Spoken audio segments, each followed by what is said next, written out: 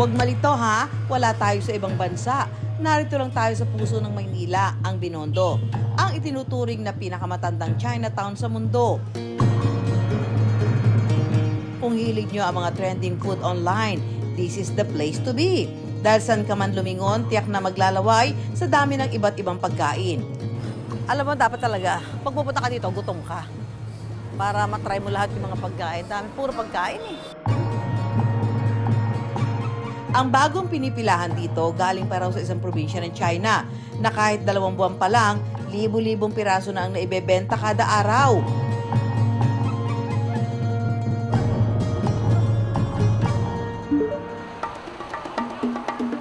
Makulay at buhay na buhay, ito ang sitwasyon tuwing hapon sa Ongpin Street. Alam mo, pag nandito ako sa Binondo, parang feeling ko nasa ibang bansa ako. Talagang ito pwede mo na itapat sa mga Taiwan, saka sa Myeongdong, at saka sa Dotonbori sa Japan. Ito, food trip ka dito, daming tao, parang fiesta pa rin. Pero sa pagkain ang talagang sinadya natin for today, ang Jade Bun. Bagong-bago daw to. Ito daw ay galing talaga ng China. Kaya hahanapin natin ngayon yan. Hindi tayo titigil hanggat hindi natin yan nakikita. Parang masarap talaga to kasi kita niyo may pila. Hindi kayo pwede basta bumili kasi may pila. So, makikiusyoso din tayo at makikitikim nung nag-viral na Jade Bun dito sa Binondo. Let's go inside!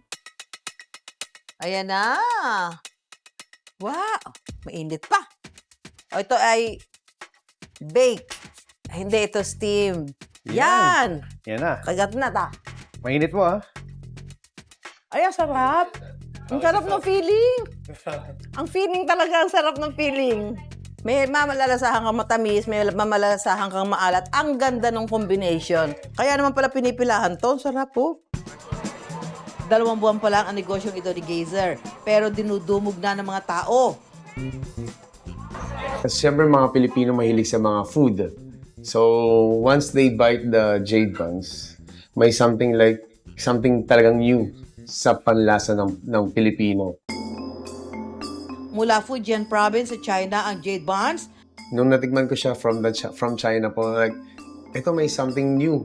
Something new talaga na I think papatok talaga to sa Pilipino. So, ayun, we decided to bring it here.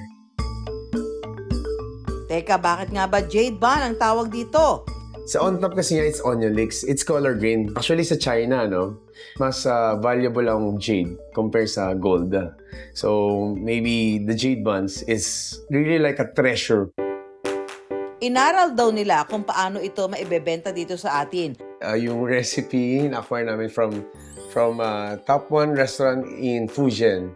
So, si uncle ko is a top chef there. So, he's the one who mentor us. Actually, si isang brother ko, he's the one who went there na mag-study and mag-bake. Kasosyo ni Geyser ang kapatid niyang si Gal.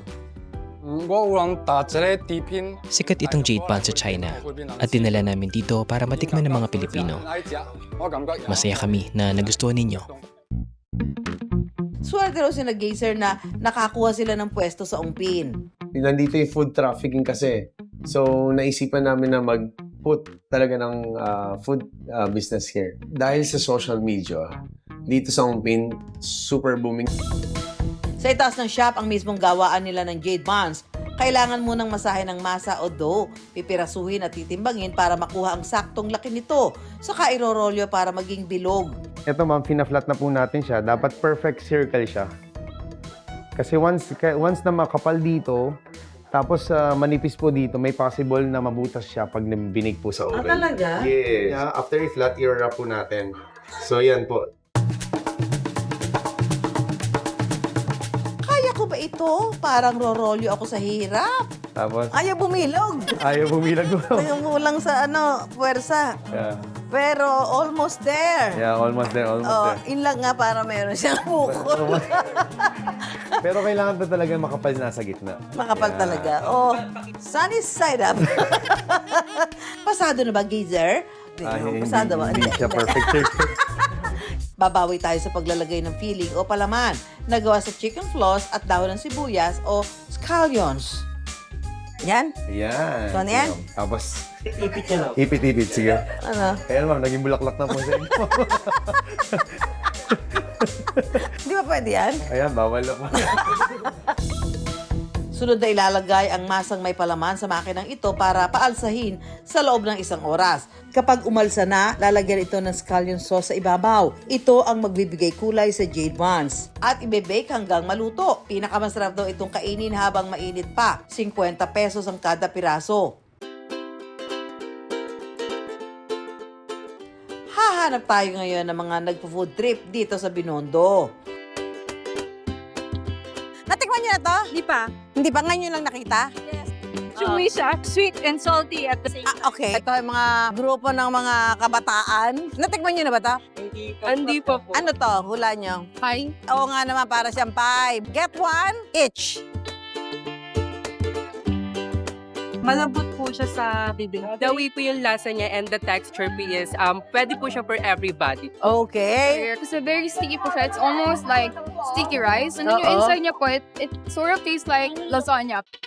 Ang panghuli natin, balikbayan from States. Do I just scrape it off? Yeah, scrape and then make tusok to the sa ilalim. And then you put in your mouth. Let's try half of it. Sure! Wala ba? Ano ba daw? The feeling inside. The filling is mutual. Yeah, okay. The filling tastes like a custard. Yeah, oh my God, tama! It It's tastes like like custard, yes. And then with a little bit of cheese and a little bit of Oh, milk cheese, and good. It's pretty good. Yeah. I like it. Dahil nagustuhan agad ang kanilang original flavor na jade buns, nagdagdag na rin sila ng iba pang flavors, spicy at seaweed. Bukod sa jade buns, may mga panindang inumin na rin si Geyser. At butter rice cake na patok din ang pagkain mula sa China. Galing sa pamilya ng mga negosyante si Geyser. Nakita niya ang kaibahan ng pagpapatakbo ng isang food business kumpara sa mga non-food business na meron sila. In food industry, no, kailangan talaga consistent ka. Consistent yung lasa. Like, from the start na binenta mo siya, from the start na tinikman ng customer, kailangan consistent yung lasa. Nandito na yung word na bakery, you know. Bakery, kailangan maaga ka eh. Maaga ka on time, ibubuhos mo talaga buong oras mo here. Dahil boom na boom ang kanilang produkto, umaasa silang mas mapapalago pa ang nasimulang bakery.